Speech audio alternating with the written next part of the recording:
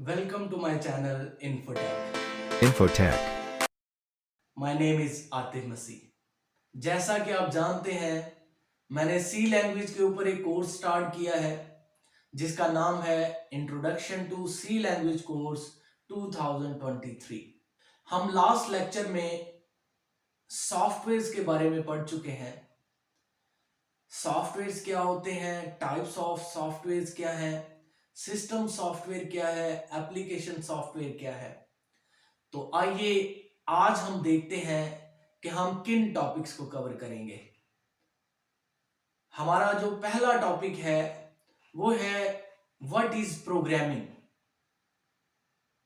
और आज का जो हमारा दूसरा टॉपिक होगा वो है व्हाट आर प्रोग्रामिंग पैराडाइम्स, और उसके बाद थर्ड जो हमारा टॉपिक है वो है टाइप्स ऑफ प्रोग्रामिंग पैराडाइम्स, और जो हमारा चौथा टॉपिक है आज का वो है इंपेरेटिव पैराडाइम। एंड देन जो आज का हमारा लास्ट टॉपिक होगा वो है टाइप्स ऑफ इंपेरेटिव पैराडाइम। तो आइए हम स्टार्ट करते हैं पहले हमारे आज के टॉपिक से, जो है व्हाट इज प्रोग्रामिंग। प्रोग्रामिंग एक प्रोसेस है जिसमें हम सबसे पहले प्रॉब्लम आइडेंटिफाई करते हैं, फिर उस प्रॉब्लम को सॉल्व करने के लिए स्ट्रेटजीज बनाते हैं, और फिर उसके डिजाइन बनाते हैं, और एट द एंड हम उसके लिए कोड लिखते हैं। यानी हम प्रोग्राम को किसी भी लैंग्वेज के अंदर लिखते हैं। तो इसको एज अ होल प्रोग्रामिंग कहा जाता है। आइए कंप्यूटर प्रोग्रामिंग की डेफिनेशन देख लेते हैं।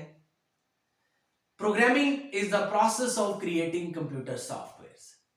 Software can be application or system using programming languages. Programming involves problem identification, problem solving strategies, designing and writing code that tells the computer what to do in order to accomplish a particular task or set of tasks. तो next जो हमारा topic है वो है programming paradigms. तो programming paradigms हम कहते हैं टेक्निक्स को, मेथड्स को, कि हम किस तरह से प्रोग्रामिंग करते हैं। तो आइए हम इसकी डेफिनेशन देख लेते हैं। Programming paradigm refer to the way और स्टाइल ऑफ प्रोग्रामिंग। इसकी एक और डेफिनेशन है, वो भी एक सिंपल सी डेफिनेशन है, उसको हम देख लेते हैं। Programming paradigms are different approaches or models for designing and building softwares. They provide set of guidelines and principles for organizing code and solving the problem in particular ways. ये हमें सिखाते हैं, बताते हैं, गाइडलाइंस प्रोवाइड करते हैं कि हमने किसी एक प्रॉब्लम को कैसे सॉल्व करना है। तो ये होते हैं प्रोग्रामिंग पैराडाइम। नेक्स्ट जो हमारे पास टॉपिक है वो है types of programming paradigm. Programming paradigm में डिफरेंट टाइप्स ऑफ पैराडाइम मौजूद है, लेकिन उसको दो मेजर टाइप्स में डिवाइड किया जाता है। पहली जो टाइप है वो है इंपेरेटिव और दूसरी है वो है डिक्लेरेटिव। इंपेरेटिव के अंदर जो सब टाइप्स आती हैं वो है procedural, structured, unstructured, object oriented, और डिक्लेरेटिव के अंदर जो आती है वो है functional, logical and data driven. और आज जो हम कवर करेंगे वो हम सिर्फ इंपेरेटिव को स्टार्ट करेंगे। तो आइए हम इंपेरेटिव को आज देख लेते हैं। इंपेरेटिव एक ऐसा प्रोग्रामिंग पैराडाइम है जिसमें प्रोग्रामर सेट ऑफ इंस्ट्रक्शन को एक ऑर्डर में लिखता है, और जब कंप्यूटर उसको एग्जीक्यूट करता है तो वो भी उसी सीक्वेंस में, उसी ऑर्डर में उसको एग्जीक्यूट करता है। तो इसकी डेफिनेशन देख लेते हैं।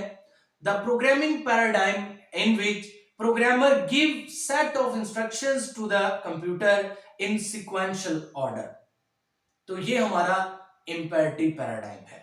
इंपेरेटिव पैराडाइम के कुछ की पॉइंट्स हैं वो हम देख लेते हैं। सबसे पहले ये ओल्डेस्ट है, ये पुराना पैराडाइम है और आज भी इस्तेमाल होता है। इसके अलावा ये मशीन आर्किटेक्चर के बहुत क्लोज होता है। इसमें जब हम प्रोग्राम लिखते हैं तो वो काफी फास्ट होता है क्योंकि मशीन उसको अंडरस्टैंड करती है। इसके अलावा मेन फोकस जो इसका होता है वो होता है प्रॉब्लम सॉल्विंग के ऊपर। इसके अलावा इसमें जो इंस्ट्रक्शन लिखी जाती हैं वो 1 बाय 1 एग्जीक्यूट होती हैं। और जो इसमें मेन लैंग्वेजेस शामिल है वो है C++, जावा एंड पाइथन। और भी बहुत सारी हैं लेकिन कुछ मैंने यहां पर लिखी हैं। नेक्स्ट हमारे पास टाइप्स ऑफ इंपेरेटिव स्टार्ट हो जाती हैं और पहली जो टाइप है वो है प्रोसीजरल पैराडाइम।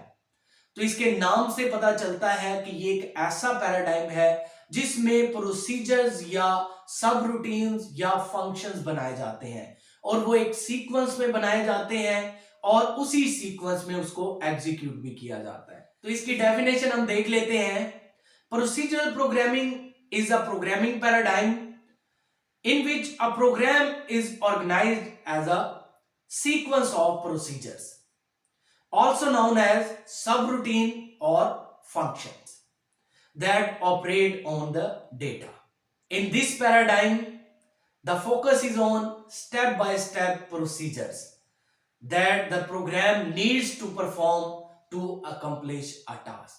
यानी इसमें मेन फोकस होता है सब रूटीन्स के ऊपर, प्रोसीजर्स के ऊपर कि वो स्टेप बाय स्टेप एग्जीक्यूट हों और उसके बाद वो एक टास्क को कंप्लीट करें। प्रोसीजरल पैराडाइम के कुछ की पॉइंट्स हैं, उनको हम देख लेते हैं। प्रोसीजरल पैराडाइम पूरे प्रोग्राम को छोटे छोटे सब प्रोग्राम के अंदर डिवाइड करता है जिसको हम प्रोसीजर्स या सब रूटीन्स कहते हैं। और ये प्रोसीजर 1 बाय 1 एक सीक्वेंस में ही एग्जीक्यूट होते हैं और इन प्रोसीजर्स को हम डिफरेंट जगह पर प्रोग्राम में रीयूज भी कर सकते हैं। इसमें जो लैंग्वेजेस आती हैं वो है सी, पास्कल और फॉर्ट्रेन। इसके बाद नेक्स्ट जो हमारे पास पैराडाइम है उसको हम कहते हैं स्ट्रक्चर्ड पैराडाइम। तो स्ट्रक्चर्ड पैराडाइम नाम से पता चलता है कि इसमें वेल डिफाइंड रूल्स होते हैं, एक खास स्ट्रक्चर होता है जिसको फॉलो करना होता है। तो इसकी डेफिनेशन हम देख लेते हैं। Structure programming is a programming paradigm that emphasizes of the use of clear, well organized code that is easy to read and easy to understand. ये एक ऐसा प्रोग्रामिंग पैराडाइम है जिसमें जो मेन फोकस होता है वो क्लैरिटी के ऊपर और उसके ऑर्गेनाइजेशन के ऊपर होता है। जितना अच्छा वेल ऑर्गेनाइज होगा उतना वो पढ़ने में और सीखने में और अंडरस्टैंड करने में आसान होता है। तो आइए स्ट्रक्चर्ड पैराडाइम के भी कुछ की पॉइंट्स हैं, उनको भी देख लेते हैं। पहला जो पॉइंट है वो है top down design. Top down design से मुराद है कि हम इसमें लार्ज प्रॉब्लम को छोटे छोटे सब प्रॉब्लम में डिवाइड करते हैं ताकि उनको इजीली मैनेज कर सकें और सॉल्व कर सकें। Breaking down a problem into smaller, more manageable sub problem, this process is known as top. Next जो हमारे पास पॉइंट है वो है मॉड्यूलर प्रोग्रामिंग। ये एक ऐसी टेक्निक है जिसमें हम प्रोग्राम को छोटे छोटे पार्ट्स में डिवाइड करते हैं और उसके बाद वो पार्ट्स जो होंगे उनको हम दोबारा भी इस्तेमाल कर सकते हैं और इन पार्ट्स को मॉड्यूल कहा जाता है।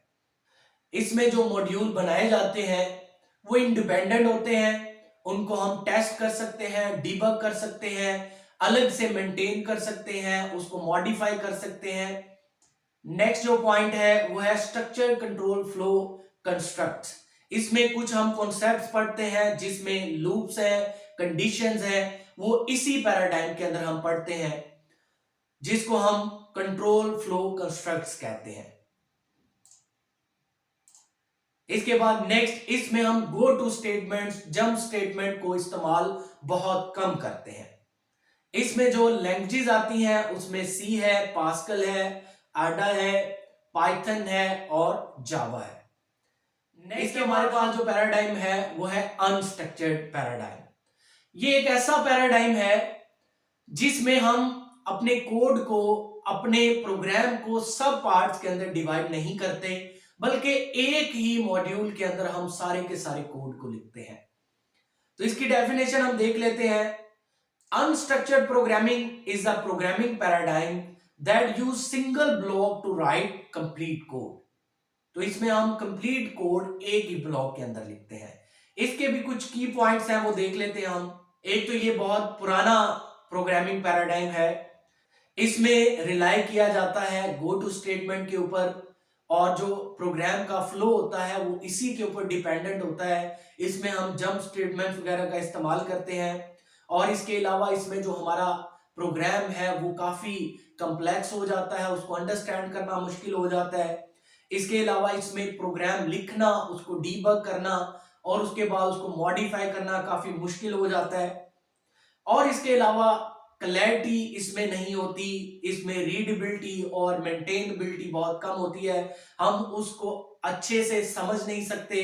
इसके अलावा इसको पढ़ने में भी मुश्किल होती है, और उसके बाद अगर उसमें मॉडिफिकेशन करनी हो तो काफी चैलेंजिंग टास्क होता है। नेक्स्ट, इसमें जो लैंग्वेजेस आती हैं उसमें असेंबली है, सी लैंग्वेज है, बेसिक है, बैश है और पर्ल है, जो इस प्रोग्रामिंग पैराडाइम के अंदर आती है। नेक्स्ट जो हमारे पास आज का आखिरी पैराडाइम है वो है object oriented paradigm. Object oriented paradigm एक ऐसा पैराडाइम है जिसमें सारा का सारा फोकस ऑब्जेक्ट्स के ऊपर होता है। तो ऑब्जेक्ट क्या है? हर चीज जो हमें नजर आती है और उसकी कुछ ना कुछ खसूसियात होती हैं, और उसको हम देख सकते हैं, छू सकते हैं, फील कर सकते हैं, उसको हम ऑब्जेक्ट कहते हैं। फॉर एग्जाम्पल कंप्यूटर, तो कंप्यूटर को हम देख सकते हैं, इसकी कुछ प्रॉपर्टीज हैं, इसका मॉडल होता है, इसका कलर होता है, इसकी शेप होती है, तो ये इसकी प्रॉपर्टीज है।